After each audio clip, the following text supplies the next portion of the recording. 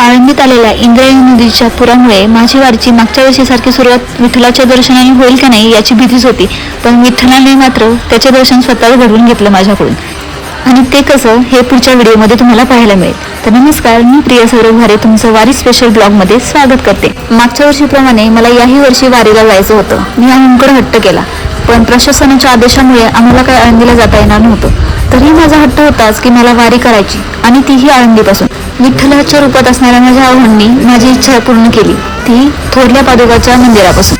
तर आळंदीच्याच वाटेवर असणाऱ्या श्री संत ज्ञानेश्वर महाराजांच्या थोरल्या पादुकांच्या मंदिरापासून आम्ही आमच्या वारीला सुरुवात केली. जसजसं आम्ही मंदिराच्या दिशेने जात होतो, माझा ऊर भरून येत होता. पादुकांचं दर्शन घेण्यासाठी आम्ही मंदिरात गेलो. मंदिरात थोडीशी लाईट नव्हती. मला वाटलं की ठीक आहे, तरी पण दर्शन घ्यायला काय हरकत आहे. पण खरं सांगू, ज्ञानेश्वर महाराजांच्या मूर्तीच्या मागे असणारे विठ्ठल रुक्मिणी मला मात्र आतापर्यंत दिसले नव्हते. ज्ञानेश्वर महाराजांचं दर्शन घेतलं आणि मागे पाहिलं तर विठ्ठल रुक्मिणीची मूर्ती मला दिसली, आणि मी निशब्दच झाले. आणि मनाला जाणीव झाली, भगवंत आपल्या भक्ताला कधीच नाराज करत नाहीत. अशा प्रकारे विठ्ठलाने स्वतःच माझ्याकडून स्वतःचं दर्शन घडवून घेतलं आणि माझ्या वारीला सुरुवात केली. तर मंदिरात बसलेल्या या वारकऱ्यांसारखंच माझ्याही मनात देवाला भेटण्याची आस होती. पण खरं सांगू, मंदिरातून बाहेर निघताना मी इतकी इमोशनल झाले होते की खूप वेळ मला काही बोलायचं सुधरतच नव्हतं.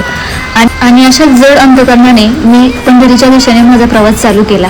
तर वारीत कोणकोणत्या गोष्टी मी अनुभवाव्या असं तुम्हाला वाटतं हे मला कमेंटद्वारे नक्की सांगा. आणि माझे व्हिडिओज तुम्हाला आवडत असतील तर व्हिडिओला लाईक करायला विसरू नका, आणि पुढील व्हिडिओजसाठी मला फॉलो नक्की करा.